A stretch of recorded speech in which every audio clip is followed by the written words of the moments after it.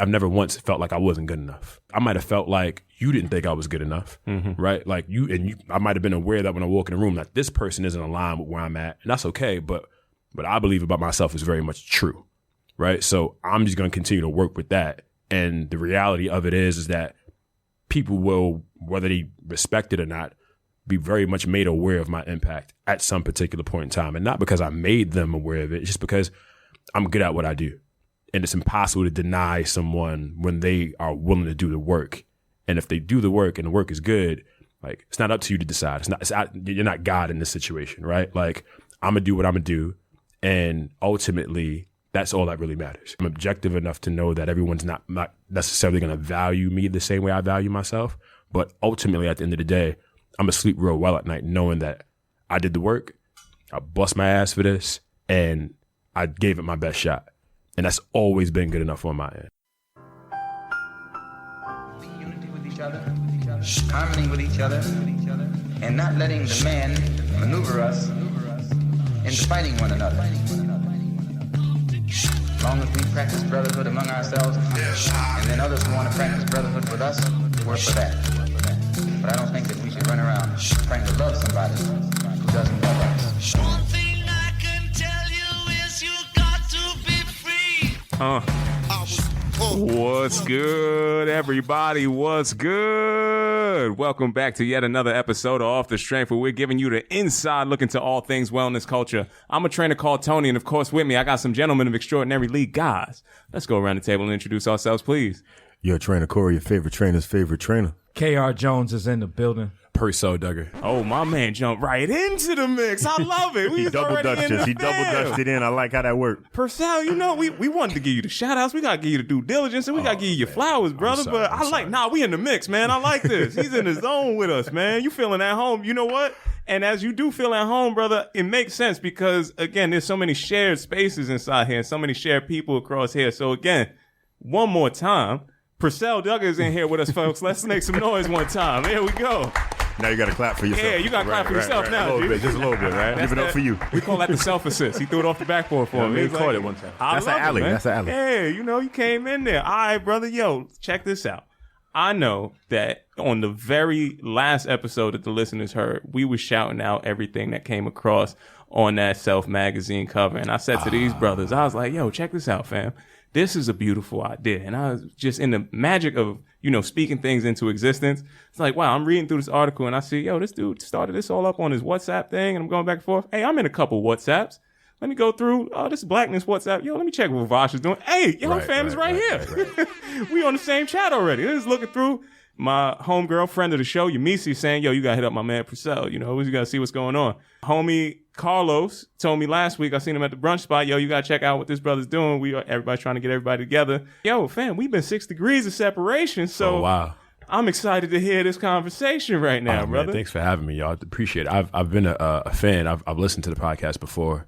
And I'm just happy to be here. So thanks for having me. Welcome to the spot. Welcome to the round table. Hell yeah, man. Round table, new banner. You know, we take blame for that. Black table talk. Black table talk. I just want to point out, my head is way bigger than everybody else's head. That's all right, man. You know what? Corey, there's something literal about that translation, but it's going to be okay, man. We're going to take that exactly for what it was. Hey, man. Hey, man. You know, it's your shortcomings are your problem. Exactly. Right? That's what I'm saying, man. If you coming up small, that's... Oh, man. This is going to be a good time. We're going to have a good show. Welcome to the show, fam. It's a good Friday. That's how we just starting off at the top. We play it fast and loose on this side, man. Oh, man. Yo, Percell, we got to let everybody else out there know why exactly we are hyped to see you and meet you. So if you could for me, just let our listeners know who you are, where you from, and then we're going to get into the show. Yeah, no doubt. My name is Percell Duggar. I'm a New York City-based strength and conditioning coach, wellness entrepreneur, and the president and co-founder of Fit for Us. Okay. I am born and raised in Brooklyn, New York, born in Coney Island Hospital. Went to high school at Fort Hamilton High School, graduated from the University of Buffalo. I am a New York City native. I moved back to New York City in 2012. I started training as a professional part-time, a gym. Yeah, and, we got that. Yeah, I like that. Got you, yeah. They cut the check for mention. Exactly. Yeah, so I started training at a gym down in the West Village.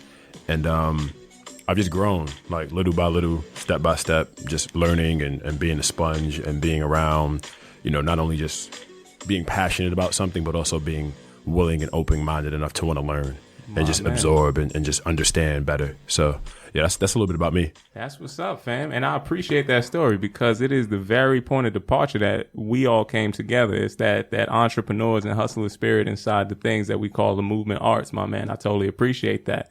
And my brothers over here, they know that we like to kick this story off a little bit more because I know everything that you just said is on the professional side, right? But some of the people out there, they don't even know how you first fell in love with this situation, right? Yeah. So, can y'all set this up for me over here? I want to make sure we all in the same situation. Let's let the listeners know. We got some new people out there. You know, we just hit that 100K. Somebody might not know what's coming up. Can somebody please enlighten these listeners out here? All right. Say it with your chest. Why my man set up the setup so hard? I just saw you setting up to catch it, so I ain't say nothing. So, man, we'll bring it in cool like this. Where were you when you fell in love with this thing we call wellness? I was on Merrick Boulevard out in Jamaica, Queens. Oof, represent. I was going for a run. And, you know, when you're a kid and you're an You know athlete, you're about to buy some bootleg sneakers. Nah. I wish I could. I was depressed, man. I was going through it. I wasn't in a good place. And as an athlete, you know, when you don't pan out, right, as a professional, which is most people, right, you end up in the space of what do I do next? And you then simultaneously question your relationship to like weightlifting and fitness inherently, because for so long you were doing that with the objective of being a professional. So it was like a prerequisite. I work out to get better, to perform. No doubt. And now it's like I'm not doing that no more. And it's like, do I even like these dumbbells? Like, are these barbells and kettlebells even valuable to me anymore? Like, why do I need to do squats and deadlift 600 pounds, right? And then I think for me, I just went on a run one day because I didn't have a job, right? I didn't have a cell phone. I didn't have running shoes. I was crashing at my grandma's house. And I was searching for like an outlet, trying to like get my life together. And I remember I went on this run and I got back from that run and I was like, man, I'm going to the library in the projects, the little community center. I'm gonna fill out some job applications. I'm gonna sit down and I'm figuring something out. And it was that endorphin kick. It was that moment of like, I can do this. And it happened to me on that run back in like 2012, where I was just like, you know, there was no Nike, there was no app for me to use, right? There was no fly sneakers with like a heart rate monitor attached to it telling me how fast I was going. I didn't know if I ran a 5K or a 10 miler. I just knew I went down to Merrick Boulevard where it crosses with Guy Brewer. There's a little track over there. I made a little left. I ran around that track sometimes. I got tired. I ran back because, you know, I didn't have car fare to get on the bus. Yeah. And I ran back. And when I got back to the crib, I was like, man, I'm moving out. I'm doing this. And it was that moment of like self-meditation almost on that little run where it kind of just spawned me to say, you know what? I'm going to go ahead and make this like my passion because it's something I believe in, but it didn't really click for me until then. Wow, man. So what was the first thing you were inspired to do? Get a job. No, I'm joking. It's facts though. Yeah. It was, you know, so when I was in college, right, I interned for my strength coach and he was amazing, but he was poor. Like he wasn't eating. Like he was struggling. And for me, it was very, very hard to envision myself in a career where I knew I'm going to work really hard and the payout isn't going to be that great. And there wasn't this idea of like entrepreneurship for a strength and conditioning coach. Like you were essentially a slave to that institution. Yeah. And that just never sat well with me. So for me, it wasn't about, oh, can I do this or not? I knew I could. It was, can I be happy doing this? Like, is this sustainable for me? And initially, man, I was kind of like, and not to discredit anyone who does do this, but I was a very halfway in, halfway out kind of person. I was like, man, I'm going to do training privately on the side over here, but I'm gonna keep this little gig marketing, or I'm gonna go to law school. I'm gonna apply for this different program and, you know, take that route. And I started thinking to myself, man, I got this whole resume of being an athlete and being around strength coaches and athletes and trainers. I need to figure out a way to make this work for me because I do genuinely enjoy and love doing it. And it wasn't until 2013 that I said, I'm gonna do this full time. And I haven't looked back since. So that was my piece. Yeah. Man, you definitely laid out a lot for us for sure as far as what got you to where you are today. But I want to definitely harken back to just the athletic. He said harken. I like that word. Yeah, man. Harken is one of his joints. You know, I like to pull it out from time to time. It was a good one. When you were an athlete in that identity crisis that we all kind of go through as athletes, when you don't make it to that next level, and from there you were figuring it out. You were doing that shadow work. What got you to that point to, you know, realize I need to do this work, and even to have the mindset to see someone have passion and not profit in what they do? Like, what got you to that mindset? I think I've always been someone who was like self-motivated and wanted to do well for myself, but I've always been someone who was very unashamed to like ask questions. Like, I was nosy. Like, I wanted to know what he made. I wanted to know what his schedule was. I wanted to know how early he got up in the morning, how he was being treated, how much time and hours he put into his programming, working with different teams, what the payout was.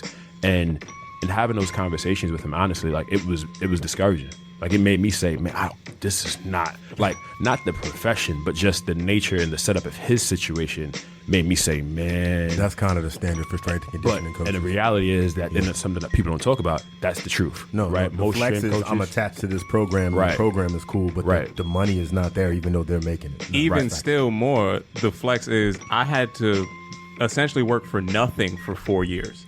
True. To get the opportunity to compete for a position that may have in the best scenario, 32 spaces. And there's how many thousands of people applying to 32 spaces? Or I'm just talking about top level colleges, all the rest of that stuff. You add a little bit more. Let's say, round it out, let's say 200 jobs open, realistically. To make less than a McDonald's manager. And the amount of work is realistically, in some scenarios, pre-med level of work and level of understanding and level of time to get the comprehension to go inside there. Oh, I think I definitely know that story. Yeah. I mean, being frank, it was just something that was overwhelmingly, for me, like unfair and inequitable. But at the same time, it was like, that was the standard, you know? So for me, it was more so about like, how do I figure out a way to make this work for me while I'm not reluctantly going to work every day? Because one thing I am aware of is that there are plenty of people outside to this day, my parents, right? People I know, people in my family, people I love, who reluctantly go to work every day. They reluctantly engage in a career and make a living. And they're doing it reluctantly, but they have to because they need to pay bills. They have rent, they have children, et cetera, et cetera. I'm 19, 20 years old, and I'm thinking to myself, man, if I'm going to do something every day for the rest of my life, I better enjoy it. But part of enjoying it for me is being able to be compensated fairly so that I can be afforded other opportunities to live the quality of life that really allows me to be and have impact on my community, my family, you know, a woman I love, et cetera, right? But the way I was looking at it, man, that wasn't really feasible. That wasn't really an option. I was like, oh, strength coaches, y'all poor, y'all broke. I'm not doing that. And it wasn't until I moved back home and I had more conversations about entrepreneurship and fitness and took the idea of being a strength coach and broadened it up in terms of, okay, that's just a segment of your business model, right? That's not the totality of who you are and how you monetize your services. And when I understood it in that way, I said, oh, okay, now there's more nuance and layers to this. And I'm not stuck to this idea of, okay, I'm essentially at this institution 12-hour days, you know, for most of the year with very little time off, making like, you know, 60 or 70,000, which for some people that, you know, would be sustainable and fine. It's legitimately manager at McDonald's, which is a good job. Right. But they don't require that kind of work. Exactly. But the amount of work that you do and then the amount of time that you have to put in and then the instability of it, because you know, you have a couple bad seasons, man, you out of a job. Head coach goes, all his staff goes. Yeah, everybody go. I got a story for y'all at some point, but yeah, exactly. Right? Like that is a very real thing. You are not in control of that environment. You are just a small tool that is part of a big machine. And for me, that just wasn't a space that was sustainable long term. So did I answer your question? You did. And just one brief follow up before we move forward. You talked about the halfway in and halfway out approach and actually making that decision to make fitness the main as opposed to, you know, the side thing. You know what I mean? Right. Hilarious. You want that old thing back. He's like, hey, come on. Hey, the side joints be a good look sometimes. You know, what's the entree without dessert on the side? You know, we ain't getting no younger. We ain't going to talk about that. That's another podcast. But on this podcast. TV Dinner's got 3 trays. Sometimes you need that apple crumb cake. When you made the decision to go full-fledged, both feet in, talk to me about that process, the build-up, and the reward within. Oh, man. So I needed to like really study and understand how to do it. I think for me, a mistake I've seen a lot of peers make is that they make their brands about themselves. Like, Body by Mike, so-and-so fitness, right? And I don't know that I don't want to say the word mistake. I think that was not the route for me, because what I've seen work and go on to be scalable is that you name your brand something that is identifiable, but not pigeonholed to an individual. So that way it can scale. You can bring other people involved. It can grow and be a company and sustainable. And now you're no longer like, the face of it. And if something happens to you, it can continue to move and thrive and generate revenue for you. So for me, I think a big thing was finding a name. Like, what am I going to call this? Right. And do I want to just be in fitness?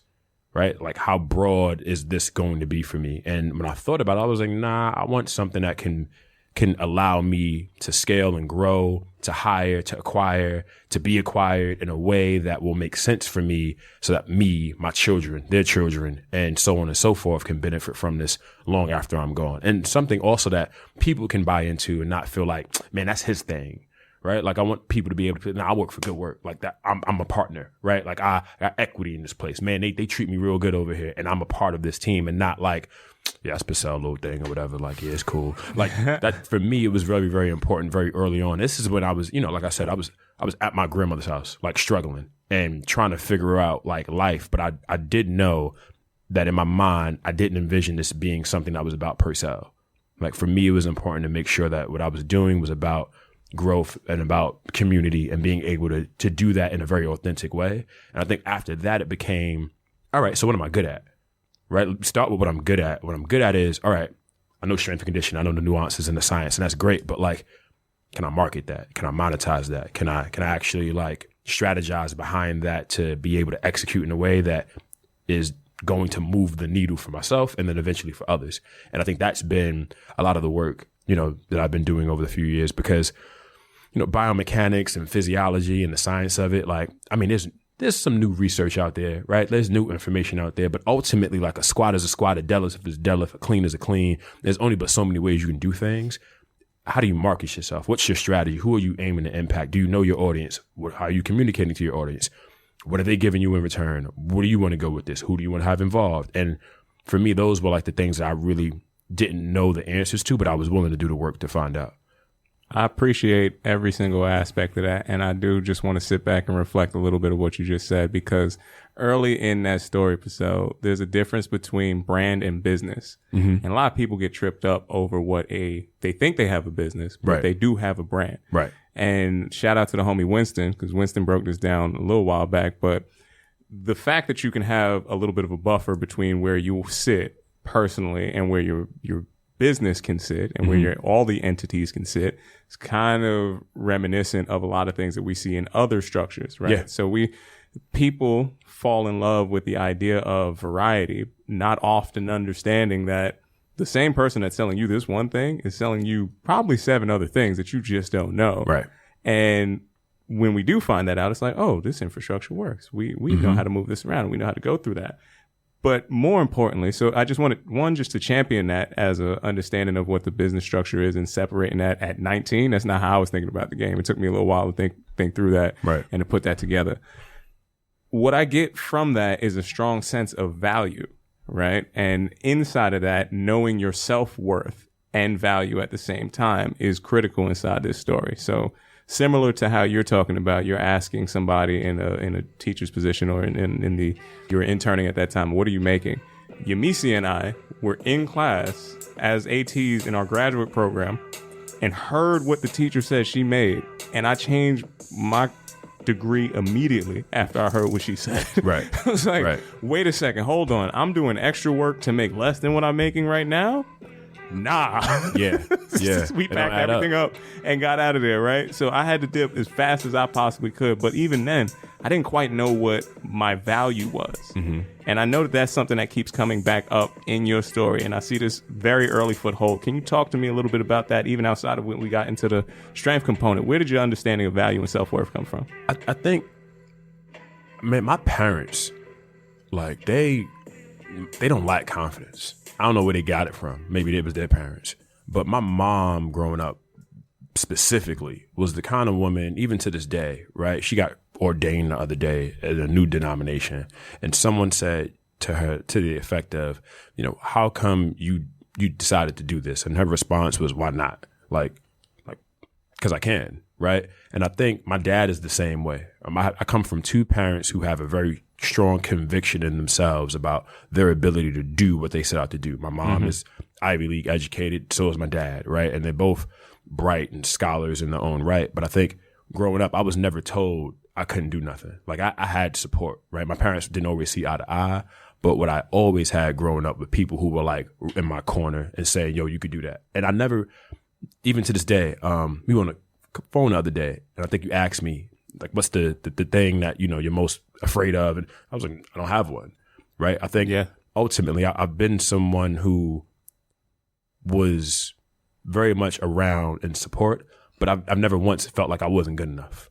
Like I might have felt like you didn't think I was good enough, right? Like I might have been aware that when I walk in the room, that this person isn't aligned with where I'm at, and that's okay. But I believe about myself is very much true, right? So I'm just going to continue to work with that. And the reality of it is that people will, whether they respect it or not, be very much made aware of my impact at some particular point in time. And not because I made them aware of it, it's just because I'm good at what I do.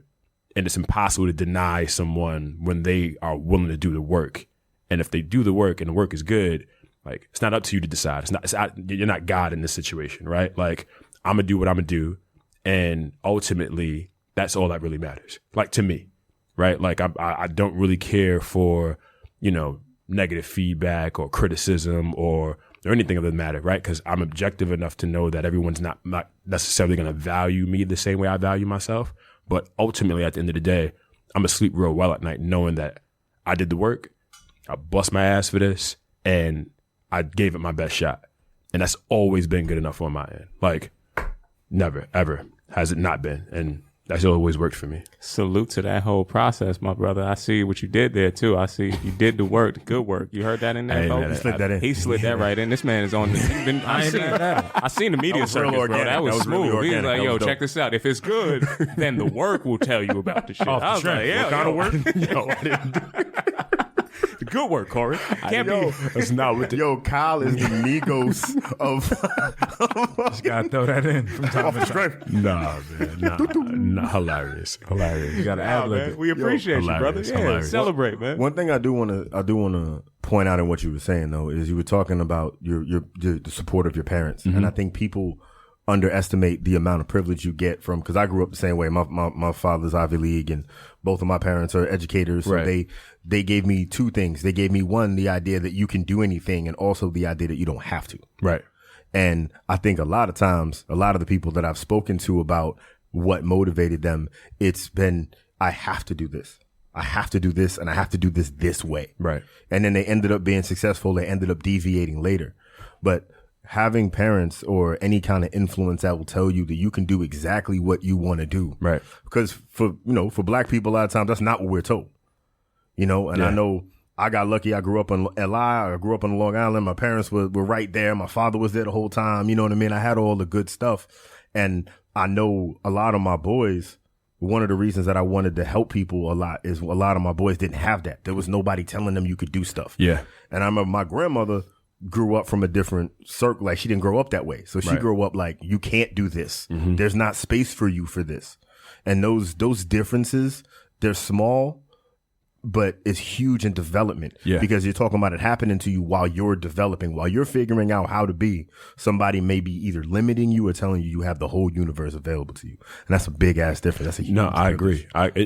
It is for me in terms of like leadership and like development and self-confidence, like you get around adults today and they just don't really believe in themselves, and you're looking at them like, yo, like you're really good at this. Like, why are you doubting yourself? And I'm just grateful. Like, I'm extremely grateful because I recognize that most black men that we know don't have a father figure, right? Like I've had coaches, I have mentors, right? I've had uncles, like people in my family. My family's huge. I got a lot of siblings, but we all used to fight and have to deal with different energies and opinions. But the one thing we all did was support one another. Like till this day, my sister get a job. She passed the bar exam. We all shouting her out, right? Another sister of mine gets her degree or whatever, has a kid, gets a new job, whatever it is. I come from a family of supportive people. I think on top of that, even if I did mess up and fail, like I always looked at that as like, man, it just wasn't my turn. Like just timing wasn't right. Like I've never looked at failure as like, oh, this is it, right? It was always, all right, next time, right? Like not right now. So let me ask you this. We got why you have the motivation for yourself, right? All of that makes sense. It makes sense how you got to there. Why other people? Why not just do this for you?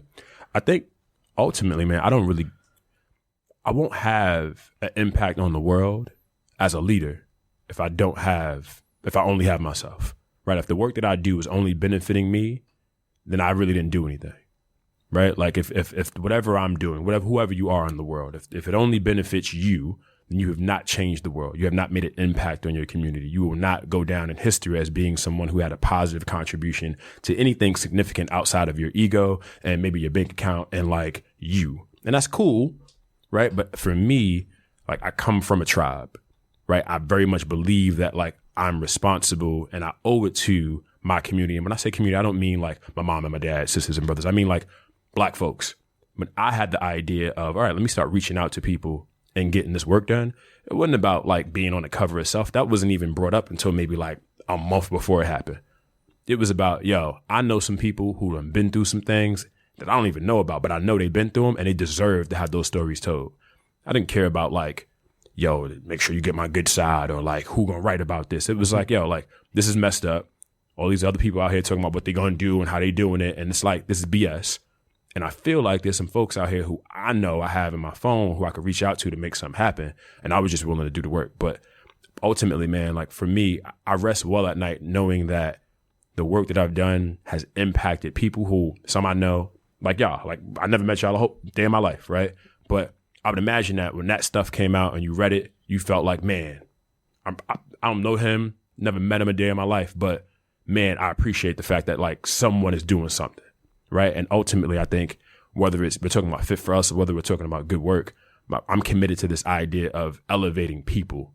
And as long as the people, and it doesn't have to be me at the forefront of it, right? But as long as the people in this space are better off because of the work, then I'm happy. Yeah, that's it for me. Preach on, brother. That's exactly what we here for, my man. In every single sense of the word, we tried to amplify that. That's why as soon as we read that, had to make the outreach to come back across. Oh, man, appreciate y'all having me. Hell yeah. This is a lot of fun. Hell yeah, man. All right, man, we here. We got to get in the thick of it now. All right, let's dive in. Dive into this. Y'all listen to Griselda? Of course. Come on, man. I like it. Yeah. You know, gunshots. I ain't going to do that. No, you better say you do. It's like, Matt's going to come out the booth if you said that. You heard he said Buffalo was in there. Matt's like, nah, don't play. You Matt left. East side, man. He said Buffalo. Matt dipped, man. He said wind Matt ducked his head just now. Hilarious. No, man. So being as though we all here at the table have sat in that wellness space, whether it's a box gym, whether it's a group X space, whether it's ownership, whether it's a trainer, you know, and you spoke about the community coming together. Has there ever been a point, I guess, when you fell out of love with this wellness industry and had to find it again to get back, you know, on track, you know? Because from my experience, just speaking to it, it's working in that box gym and grinding and putting in those hours and realizing that this 70-30 split that I'm getting ain't it. Right. You know what I mean? And all of these people that I'm training that have it are millionaires. I dead ass remember training these millionaire peoples and couldn't afford to get on the subway and had to ride my bike to the gym to train these people. Right. You get what I'm saying? So when I see that self-cover and I see these trainers, I know the work that we put in, and that very moment when I fell out of love with wellness and had to refigure it back out to get on top. So I just want to see if you can speak to that same moment. Yeah, I think for me, my brain is very much wrapped around like fixing it, right? Because if I'm being frank, there's a gym that we all know of that most of us probably worked at some point in life. Not me. Okay. Right, you one of the few. I'm the only one, right? No. And I wasn't in New York. Oh, got you, That's why got you. I did the other one. When I okay, it's funny because I know who you're talking about. And when I was at both of them at one point in time, but when I was at that one specifically, I was 2016, and man, like coming in, I was like, oh, this place is nice, it's fancy, I'm da-da-da-da. And yeah, when you look at your paycheck, you feel like you're getting, taken advantage of. No, it wasn't a feel. It was. Right. Yeah. I mean, well, I say that to say because I can't buy stuff in the store that's in the spot that I work at. I only say feel because I do know, and I'm not saying they're right or wrong, but I do know there's some folks out there who, when they get that first one, after they do their little, like, those little hours and little course thing. Yeah, right. Like, they be like, yo, I got my job. Like, they fresh out of high school, whatever it is, and like they're excited about it. That's cool for them, but I think ultimately it's not sustainable, right? And I think for me, I left. Like, I didn't spend more than 3 pay periods there for me to be like, yeah, it's time to go. And when I left, I continued to work privately. I walked into other opportunities to work with brands that were, better suited and definitely helped me a great deal. But there's a place that's no longer open. I used to work there as early as March, closed down. I was new. I wasn't even on the schedule yet. I'm about to set up and train a client. This is a great story. And one of the managers comes running in the room. Hey, one of the instructors isn't here. They can't make it. And there's this class. It's 10 minutes late. Can you teach it? I was like, yeah, sure. I'll go in there. I teach the class. Class is done. I guess some people gave feedback. But the feedback that she gave me was everything was wrong. Like, the mic didn't work and the screens didn't have a program on it and the treadmill was off and you didn't do this and you didn't do that. And I'm sitting here saying to myself, like, when did I have time to do any of that if the class started 15 minutes late? When did I have time to program a workout when the class starts 15 minutes late? And it's not your class. It's not my class. Mind you, I haven't even gotten approved to teach yet. Like, I was just training there at the time. And I remember dragging them in an email. Like, I remember firing back because, they emailed me saying, oh, this, that, and third was wrong. And I was like, nah, you wrong, and you wrong for this, and you wrong for that. And I remember my manager at the time, she was managing all the trainers. Y'all know her. Great woman. She came to me and she was like, hey, so how do you feel? Do you feel like your handling of the situation was appropriate? And I looked at dead in her eyes and said, absolutely. Right? Because what I learned very early in life, and not even just in wellness, but in any space, if you don't assert yourself and if you don't advocate for yourself, nobody else will. So I think for me, like, wellness, to me, the industry, I've never looked at it from a space of I love it and it needs, or I'm entitled to treating me a certain way. People will step over you, do whatever they want to do to you, and get whatever they need to get from you and move on. And if you don't advocate for yourself, or if you don't have a collective or organization, people who will advocate for you in instances where you're not really necessarily skilled or you don't necessarily have the bandwidth to do that, right? Then I'm going to be the one to say, hey, let's come together and try to figure out a way that we can, like, put this aside or, like, address this in some sort of way. Yeah, man. So, Percell, again, I'm just hearing all of this stuff, and again, it goes back to the statement that you said, even if you failed, you wouldn't take it in a certain way because you knew what you put inside there, right? Right. And I can tell you that I appreciate that sentiment because I felt that same way too in a lot of those spaces.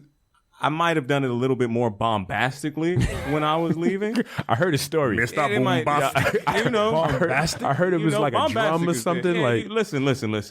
He marches to the beat of his own drum. Literally, And he brought a band with him. I heard literally sometimes, but it is. And he didn't call me the day he did it, but it's all good. I had to protect your job, my friend. That's Right. why I wanted to make sure. Hey, listen, if I'm gonna That jump was out actually there, a good look of his. exactly. That was a good look I of was his. like, don't ever forget that. Hilarious. It'd have been like, and you too. And you, Because you look like him. Get right? out. See, and that's the thing. All of you. right? Take your boy. Take your boy. Yeah, he's like, you can't be with this man. I was like, okay. listen, if I'm gonna do some craziness, I don't want to put nobody else in that situation, right? But even inside that understanding, right, what would push somebody to get to that standpoint and all the rest of that stuff is that we're sold the idea of meritocracy inside there in some way, shape, or form. yeah. And a lot of people take it for that carrot on the stick aspect of it. Well, if you do a little more, you get a little more. You keep doing more, you keep getting more. And then some point in time, Cap on him. there's a serious cap on that. And then you're looking at it, it's like, wait a second, hold on.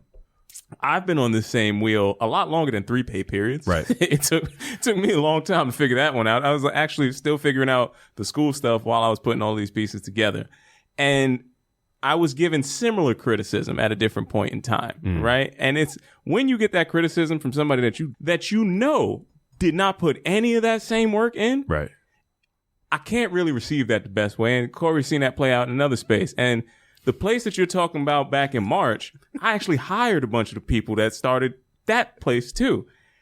And I know that some of the people that was in there didn't earn their spots, didn't earn their positions when they were coming around on that side. There was a lot of nepotism in that situation. And I got to a certain point where I went all the way around the world and I'm setting up this gym downtown Manhattan, ordering equipment, doing all the rest of this kind of stuff. It's like, hey, none of you know actually what this is, how to run this, where you're going to go. We should probably get some people in here that actually can run this, can do this thing. Tony, you asking a lot of questions. You're going in a lot of different directions. Problematic. I was like, hey, wait a second. Check this out. Your whole other business looks like there's something going on here too. Right. But I'm asking too many questions. Right. I'm a contractor. I shouldn't be answering both sides of these questions, but I can tell you where this thing is going to fail. So when you get that criticism for something that you know you are right about and was handled in the improper direction, you seem to have a little bit of poise and grace that I don't have, brother. I need to understand that. I need you to help me develop this. There's a real common denominator in the fact that Tony and I both, I haven't seen Kyle in that situation to know exactly what he would do, but I know him well enough to know that he would probably handle it differently than Tony and I do. I will get everything from you first. Like Tone will just dip on you. I'm like, oh, word?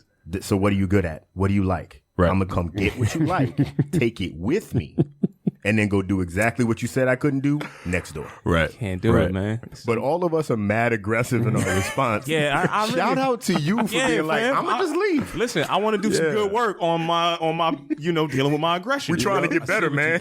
It's one of those things, man, where it's like, if this, because this happened in May, June, that situation, right? And if I'm being frank, when it happens to you, I could just storm out of this place and make a scene, right? But ultimately, I know that my objective as an entrepreneur is because what my industry has shown a validity or proof of concept in is that if you stay somewhere and you do well there, right, and you build a community out of there, when you leave, you can legitimately take it with you. Now you know what I'm talking about. Like you could take that with you and monetize that and do your own thing whenever that time comes. And as long as you got your cross your T's and dot your I's, you got the business together, you'll be fine, right? And what I also knew in that moment is that the only person that was really hurt in that moment was my ego, right? Like, and I know enough to know that egos have ruined plenty of opportunities. Egos have ruined movements. Egos have ruined a lot of different things that could have been amazing in different, just different spaces of life, right? 100%. And what I wasn't going to do was allow someone who I know just isn't an expert, doesn't really know what they're talking about, to work me out of an opportunity that I created for myself, that I have in front of me, to continue to grow in a way that really won't matter with this little exchange that we had via email over a class that you needed me to substitute, right? Like at the end of the day, whatever, you think what you think, I think what I think, cool. I'm going to come back tomorrow, continue to do a good job. When I am added to the schedule, which I was, I'm going to do numbers like I did, and I'm going to go about my day. And I'm going to take this audience, I'm going to leverage it, and I'm going to build something, and it's going to benefit me in the long run. Did you go back and say, I told you so? I didn't have to. It was already said. Like, that's another thing too. Like, I don't need to tell you I told you so. When you start coming to me and offering me more money and then want to give me a discount in terms of like what my rental fee is, yeah, I know I won because I'm good at what I do. And like I said, I don't need none of y'all to tell me that I'm good. But I also acknowledge the fact that like you don't know me well enough to value me the way I value myself or first meeting. Like when I came into that place, they had an all-star lineup. Like they had a bunch of people that been there umpteen years who were amazing, people who I consider like to be cool with, and some of them even like one of my closest friends, right? Then they brought in more people who were amazing and have way more experience than I do. They bring in influencers. They had everybody and their mom out of it, and no one was a bad instructor, right? Professional, personality-wise, how people get along, that's different. But like instructor-wise, you can't look at anyone else and how they teach and say they weren't credible. There might have been a couple people in there that were a little, but for the most part, everyone was like on scale of 1 to 10, at minimum, they were a 9.8, right? So for me, it's like, Yeah, go ahead, man. I'm gonna stay here. I'm gonna let you know that what you said wasn't cool, and I'm gonna learn some more. I'm gonna build some more, because 10 years from now, I'm gonna be looking back on this and I'm gonna laugh, because you probably gonna work for me, and that's okay, right? Like, it's cool. It's cool. I'm not. I wasn't tripping. In the moment, I didn't like it, but again, it was my ego I didn't like. Right? My ego was like, damn, she talking to me like I'm, some bum. Right? Like I'm I'm not an adult with an established resume within the space of wellness. And in reality, in her mind, I don't. Right? In her mind, I'm just some new guy looking for an opportunity, looking for a job, who needs something. And it's just like, all right, cool. Well, I'm not. And as time went on and time progressed, right? Yeah, I got treated differently. They understood my value to the place. But, it happens. Sometimes you have to just forgive them for being wrong. Or understand that, like, the perspective that person is coming from is different than yours. Yeah, I mean, agree. I think the latter is definitely the case. Because if I'm being honest, a room for growth for me, I'm not the forgiving type. Like, I'm not. Like, nah, I'm a rememberer. And like I said, yeah. Like, if someone's ever done something to hurt my feelings, I'm never gonna forget it. And I'll say the right things in terms of, like, oh, it's okay, it's cool, don't worry about it. But understand moving forward, like, the way we engage will not be the same. So you're not different from us. Your timing is just different. Yeah. Like I also understand that, like, we all are imperfect, right? But I guess my approach, like, I'm never gonna let my ego get in the way of business. That's like what I'm not gonna do is allow myself and my shortcomings to get in the way of me actually having impact. Because again, like I said earlier, like, it's not about me. Right? Like, because what my business model, my objectives in terms of, like, my career isn't I want to be the wealthiest person in the world. Nah. Like, I want to bring about change in this space and create opportunities for other folks. And I can't really do that if I'm so caught up in how somebody spoke to me one day. Like, that's just, people ain't always going to engage with me in a way that I want them to. But I'm not entitled to that. Right? And as long as I understand that, right, and I maneuver accordingly, the work could get done. Hey, I'm not tripping. Moving that forward, talking about the work. Mm-hmm. Tell us about the two businesses, what they mean, what you're doing with that. Yeah, so Good Work is a brand I founded and a company I founded back in 2013. Just making fitness more inclusive. Like, that's really it, making it more accessible. That was before that was like the clickable thing and the jam of the week and everybody was talking about whatever. That was my thing. And I didn't need someone to tell me that we didn't have a place in these spaces or that we weren't being, like, represented to the magnitude that we actually should be, right? So for me, it was just very much about creating a name and a place for folks who look like me to represent ourselves and have a presence within this industry. And, when I say accessible, I'm not just talking about, like, being a strength and conditioning coach or being in group fitness. I mean accessible in terms of price point. Right? Like, yeah, I do one-on-one training, but I also offer, like, free YouTube classes for anyone and everyone, right? I also offer free community workouts for anyone and everyone who want to pull up to the park, right? Like, I'm not the person who it takes $1 million for you to have access to me. And I'm not the person that you could just pull up on every day at the park at 5:00. Like, I'm around, I'm in the streets, but I'm also someone that, that takes a level of, like, commitment to your craft and whatever you're devoted to have access to. And outside of that, I just think there's, I'm really just tired of this idea, this narrative that, like, black bodies aren't really just valued in our space. Because to me, like, if you take the black bodies out of it, you don't have a space. That's my opinion, right? So that's good work. And then Fit for Us really came about. I was on the phone with some friends of mine, and Mary Pryor is one of them. And she was just like, "Yo, P, you could really, like, see if you could do this. Like, I don't have the context that you have in this space, but I think you could do this. Like, I really think you do." And if I'm being frank, I told her, nah. I was like, I don't really know, fam. Like, if I'm being honest, my ego was telling me, because I know other people's egos. I know other people's personalities. Explain that for the people who don't know what that is. Fit for Us is an organization that I co-founded that aims to empower, advocate, and service black fitness professionals in our communities. Imagine, like, the NABJ or, like, the NSBE, like the National Society of Black Engineers. Like, when we were in college, they had all these different, like, organizations. Fit for Us is adjacent to those in that it aims to advocate and empower and service black fitness professionals within wellness spaces, and then give them opportunities, create resources for them, allow them to have a network and access to people who they normally wouldn't really have any alignment or associations with, while simultaneously holding industry leaders and spaces accountable, wellness spaces accountable for how their workplace culture and how they engage with Black fitness professionals and or wellness professionals for that matter. You know, it's something that's necessary. Like when these spaces talk about, you know, loving and caring about, not loving, but caring about Black lives and wanting to see like the best happen for them. It's like, all right, well, what that mean? What does that look like? Right? Like, how does that work? And who's going to hold you accountable to that? And I think when you look at all these different brands that put out messages during a time when Ahmaud Arbery was killed, murdered, slain, when George Floyd was killed, murdered, slain, when Breonna Taylor's body, who, I mean, you know, was killed while she was in her sleep. I think these different things happen. You see brands speak out and it's like, man, do y'all really mean that? Like, are you really committed to actually bringing about like some positive changes within our communities? And if so, how are you going to do it and who are you going to do it with? And I think for me, it was really important to create a space and within the fitness industry, within wellness, that represented folks who were very committed to doing the work to bring about those changes, but also really ready to hold other places accountable and help them get the work right and not just throw money at problems. Man. And post on social media.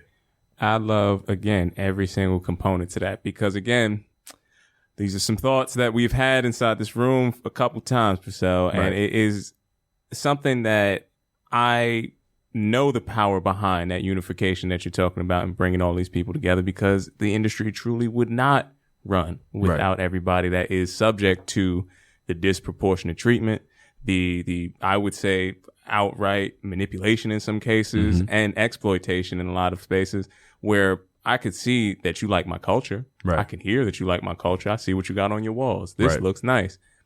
Where else does this connect back to the literal space that you just put your studio or the people that are around here? Or why is it that it looks like the diversity in your organization stops right here? Right. At the front desk, at the all around, I could look around. And I'm like, the one Black person that works in diversity and inclusion. Hey, that's what I was about to say. We gave you one job. The cleaning staff, the maintain. Exactly right. We're gonna keep that one on.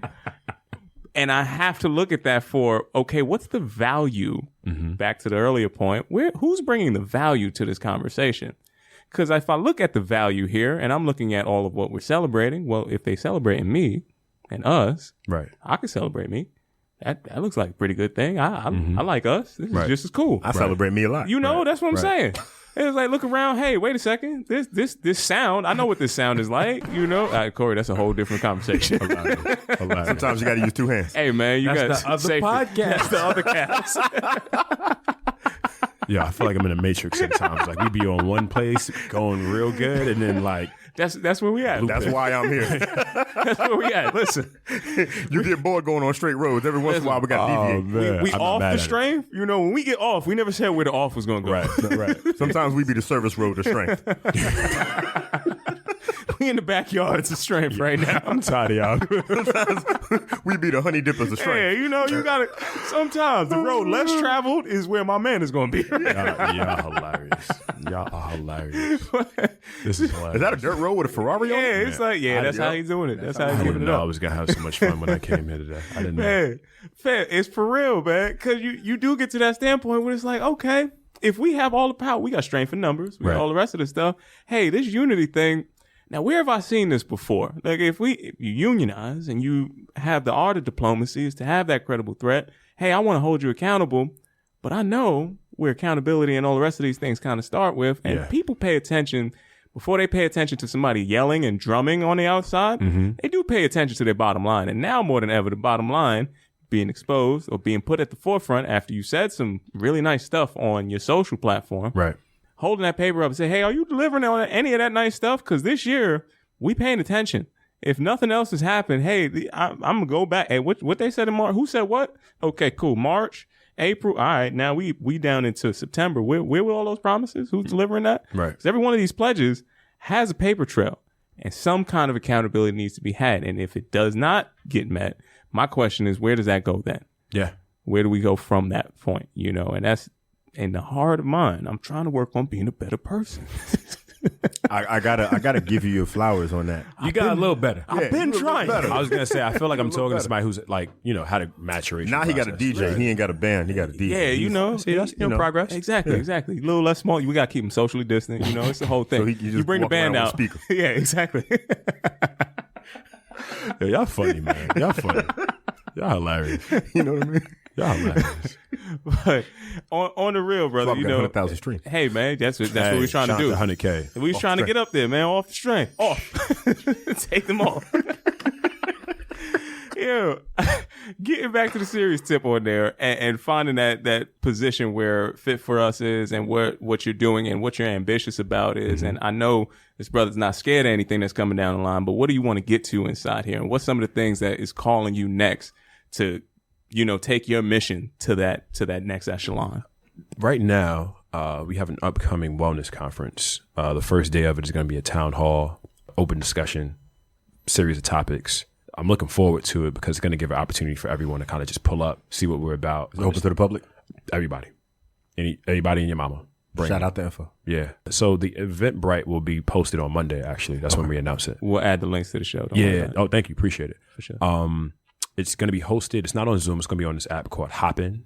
We're going to have a Black-owned marketplace there. So in the event that, you want to support, Black fitness and wellness professionals, there will be a marketplace that is featuring nothing but Black-owned businesses that you can go ahead and buy some stuff. Hey, man. But the conversations will be dope for day one. I'm looking forward to it. We got some really, really dope keynote speakers on day 2 and 3.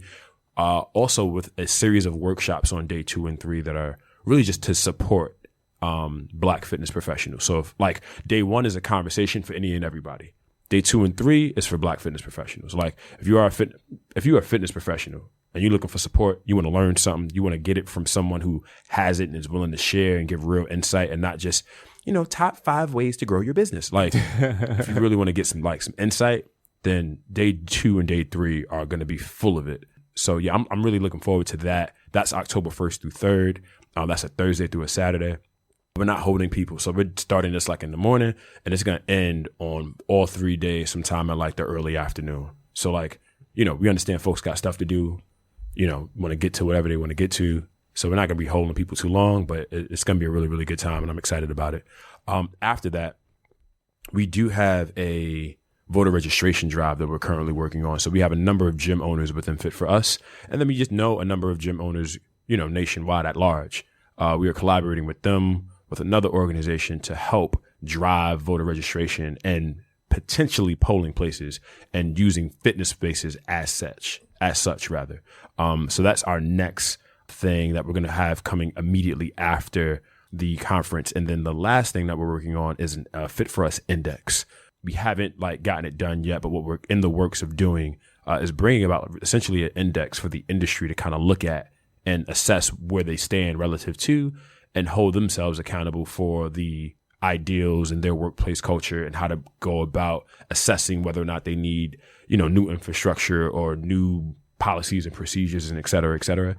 So that index is something that we're currently putting the pieces together and setting up to do the work to bring about. And we were hoping to have that done by the end of Q4. But that's just some of the stuff that we have in the pipeline.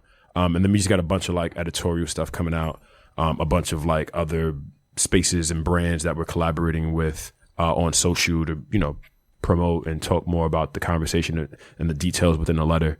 But that's really it. Those are the 3 main things that we have coming up within the organization that I'm really, really excited about. That's what's up, homie. I got a top 5 list of people to put on the bottom end of your list right now. So I'm going to start off at number 5. Top 5 bottoms.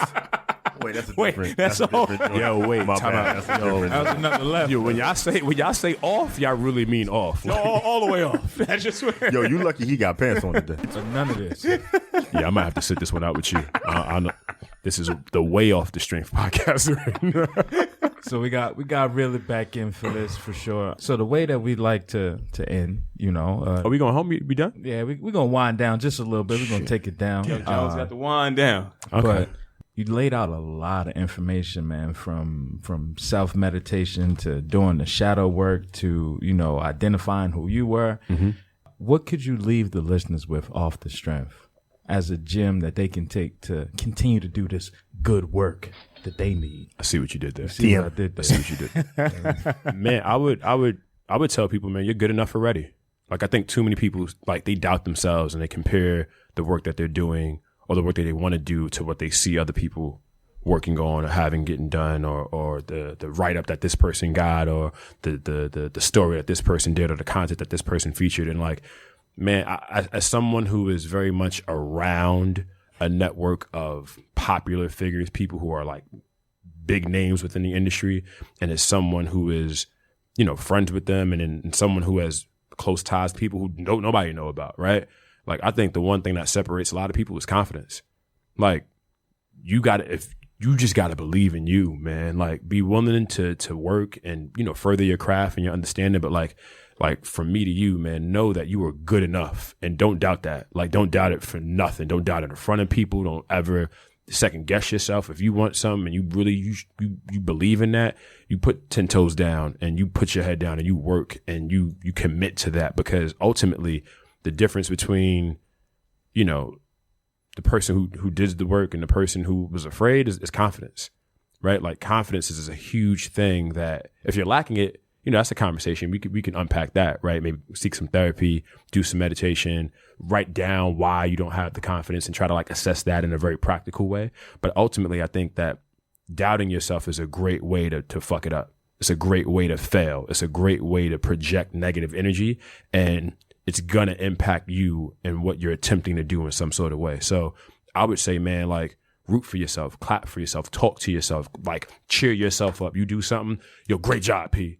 Like, when I'm working out in my little 3-bedroom, like, I be swinging kettlebells that clink on my chest. Fuck it, get another one. Like, I am my own biggest fan when nobody else was, and when nobody else cared about me and what I had to do and put people together and Self Magazine. Before that, I was rooting for myself. And I would strongly encourage folks out there, man, like be willing to champion for you and whatever you really believe in. Work hard at it, and not just for the sake of like work hard because like, if you believe in something, man, like, die on that hill. Like, put all your money into it and like do everything possible to make it come to life. But like, have the confidence in yourself first and really truly like believe in whatever it is that you want to do. And I promise you, like, a lot of things that come to you if you just devote all of your resources and all of your intentions to whatever it is that you're passionate about. My man. Fellas, let's salute this brother one more time. Let's get us another one more round of applause on that side. Clap for yourself. Hell yeah. Celebrate yourself, bro. I heard some good news about celebrating for yourself. Hey, look, man, it's a powerful thing. Hey. So you guys have any more space for any sponsors inside that pavilion that you was talking about? Yeah. All right, cool. I think we might have to talk about something off the air, man. I feel like an off-the-strength booth might be a thing, fellas. Y'all feeling that? Hey, that'd be fine. You know what I mean? Come That's on, not brother. us. We don't have I don't Come on. Kyle is holding it down for the West Coast constituency, bro. Exactly. Is that us? Big and back bamboo, bro. You know, you know what? Yo. The Way Off the You Strength see- podcast, ladies and gentlemen. I mean, I ain't gonna hold you. That is on brand because this is definitely you. Death Row Hey, Jason. man, come Like, to the road, God. That's what we trying to tell him. I've been screaming yay yay for 3 months. We had to do this shot just to justify it. We had to do the Death Row thing just to justify the yay. Yeah, man. You know, you don't want your general manager dancing all up in your fitness video. You know, you got to come to the road.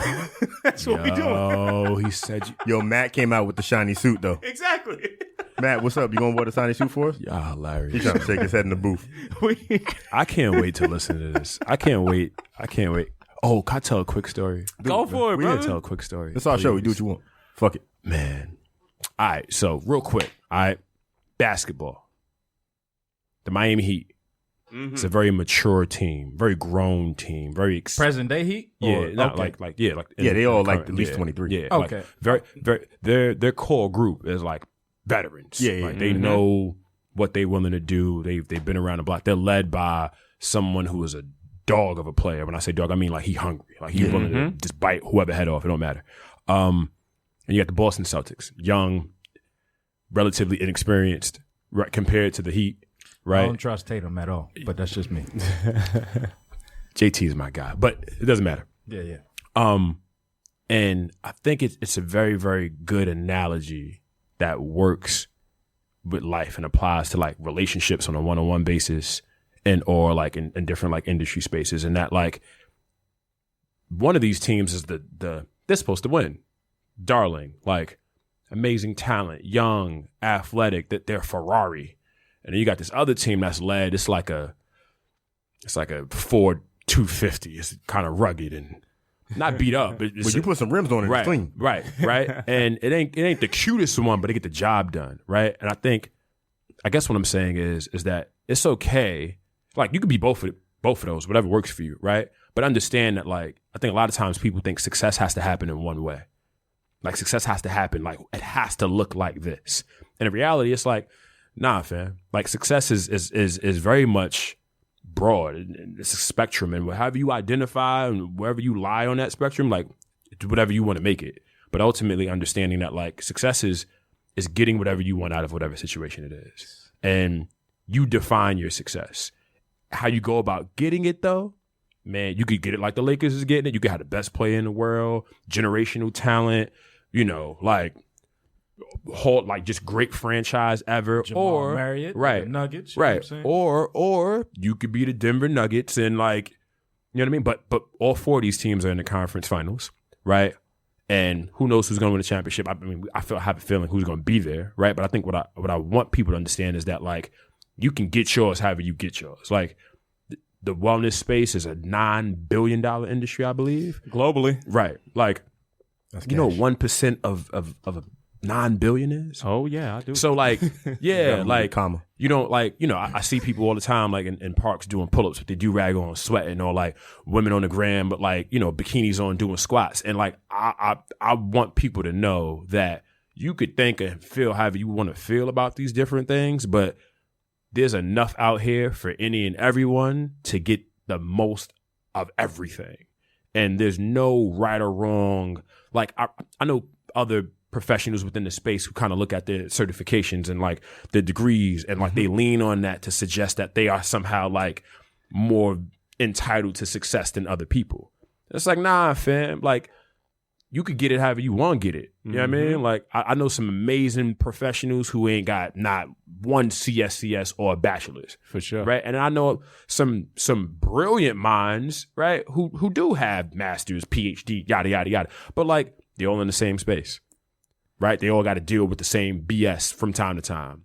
Right. And they all, for the most part, are fighting over the same scraps. So if you ask me, it would be really, really dope if folks collectively came together, shout out to Fit for Us, and continue to grow and learn and absorb and partner, even if it's not an official capacity under the FFU umbrella, but just for the sake of like making sure and ensuring that your children and anyone else who comes after you who wants to get into this space doesn't deal with the same BS that we all had to deal with coming up. Because and talking to him, my first conversation, one of the things he said was, man, I was trying to do something like this a while ago.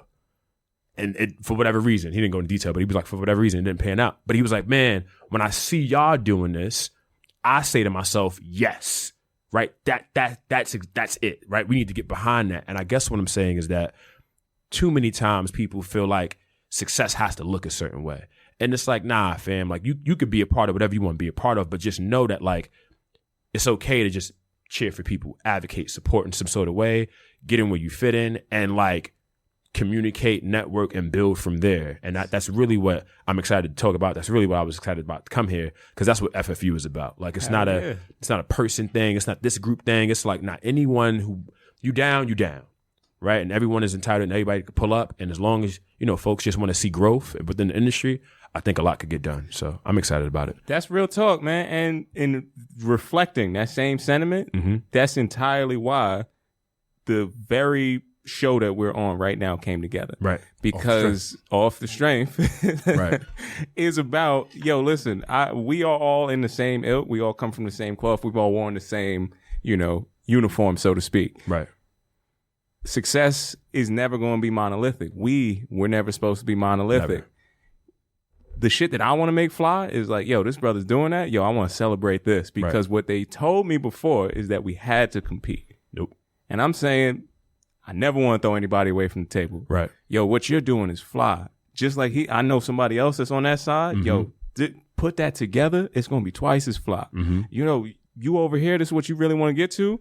Fam, here's how I can help you out on this side. Because in this area right here, I'm telling you how I can amplify this. Right. I'm telling you how it's going to go. And I've done it for people that I don't like. Right. So if I do it for people that I actually want to fuck with, we're going to go twice as far. That's why we could talk about this. And we have a fitness show that looks like a Death Row cover. That's why I don't hate on Toneface or OnlyFans. However you want to make your money. Listen. Right. When the industry catches up, Right. what side was I on? Let's act like we Which don't have industry you friends. talking about? Whichever. Hey, yo, listen. The Way Off the Strength podcast. That's Off the Strength After Dark. They're going to get that one when they get that one. You know, listen. They gotta pay for that extra. Exactly. That is extra. Hilarious, man. But the sentiment remains the same, man. In that situation, I need to be able to be confident enough, put the ego to the side, celebrate the people who are in the same spirit and energy of moving forward, because we can actually move this whole bar in a different direction in every way, shape, or form.